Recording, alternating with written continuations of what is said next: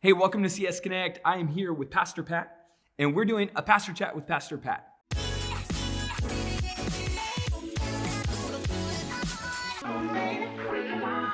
Hey, Pastor, we're here in our series, Summer in the Psalms. Yeah. What are we in, week 4, 5? I don't know, 3, 4. Three? There's 150 chapters. Yeah, Who knows where we're at? We're going to be here Yeah. a long time. Yeah, exactly. No, I think we only have a couple weeks left, actually, Yes. in this. But what an incredible message we had this weekend. And just thought we'd sit and talk for a few minutes about it. First, what is up with your kid's tooth? Yeah. Like, can you expound a little bit? Like, how'd that play out? Well, I mean, if you're queasy, I won't go into the details of that because it was pretty intense. I mean, his whole tooth, root and all. So we go in, call in some emergency room doctor on Father's Day, and they try to put it all in. And eventually died. Came in handy for him, though, because he's in the Marine Corps right now. Okay. He ended up having a retainer with a fake tooth that he could pop out. So he would tell me in boot camp, they would be standing on deck in their barracks, and the drill sergeant would be yelling at guys across from him, and they'd be at attention, and he could pop that tooth out. And he looks like a hillbilly or something, and he would do that and get those guys over there laughing. Oh my! Which then they would really get in trouble with the drilling sergeant. So it's been handy for him. That's quite the party trick. He's Yeah, got there. yeah, exactly. Man, there was so much incredible stuff in this message, and I thought I want to talk for a few minutes about. You talked about how hard it is to pray sometimes. Mm-hmm. Some of us maybe that grew up in religious homes where there was a lot of rules around things like prayer, or maybe some that are new to the idea of praying. Yeah. There's this insecurity, this fear that comes with that. What is that? Why do we feel that way when we go to talk to God our Father? Yeah, and I wonder if part of that is just that again, a lot of the church backgrounds that some of us have, everything was so formal. And that's why I love the book of Psalms, right? Because it's just the raw emotion of these guys. It's like I said in Psalm 61, it's like David is that 6-year-old boy. That's when I use the illustration of my son. It's like he's a 6-year-old boy with his tooth ripped out running across the yard going, Dad, Dad. And that's what sometimes prayer needs to be, is it's just the raw emotion. It's like, God, help me. God, I don't feel you. Are you even there? And that's what we read in Psalms all the time, right? Yeah.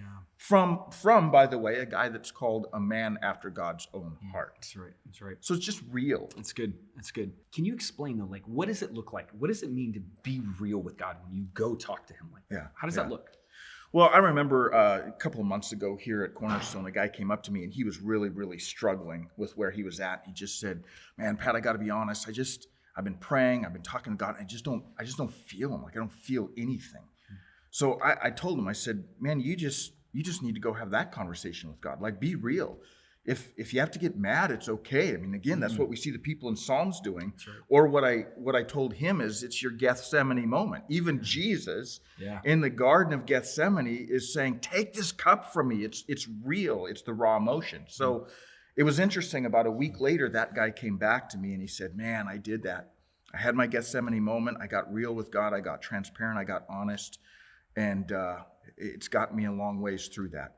He's still struggling, but he started feeling like he was having real conversations with God. Wow, it's crazy. I mean, isn't that so cool to think that we can just go have that conversation? Yeah. And I know for so many, probably some that are watching today, this is going to be a breakthrough for them. Yeah. They've thought up till now it has to be this formal thing, this rigorous kind of I have to do it this way thing.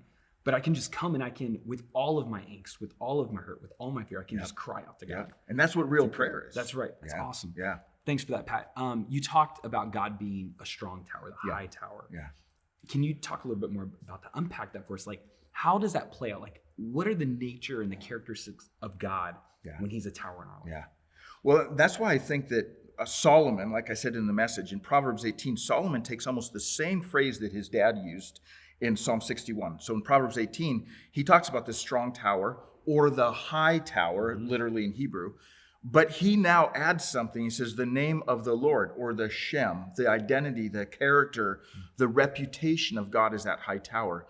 So that's why it's so important for us to be immersing ourselves in Scripture and going to church and learning more about God, because the more we learn about the reputation and identity and character qualities of God, the more we understand that he's a high tower. The more we recognize that he is stronger than all these things, that he is the God of shalom, of peace, that he is a God of justice, that he is all the things he talked about, that he is the God that knows where you're at, that cares where you're at, that loves you. The more we understand that about God, the more we'll recognize that he truly is that high tower. It's incredible. What an amazing message. And we hope today as you're watching, we hope that you'll just remember that God is that high tower in your day to day, that he's there for us. Yeah. He's present in your life. He's present in your troubles, and that your troubles don't mean you can't have peace today. Yeah. So thanks for tuning in. Thank you, Pat, for doing this with us. Thank you. We'll see you soon.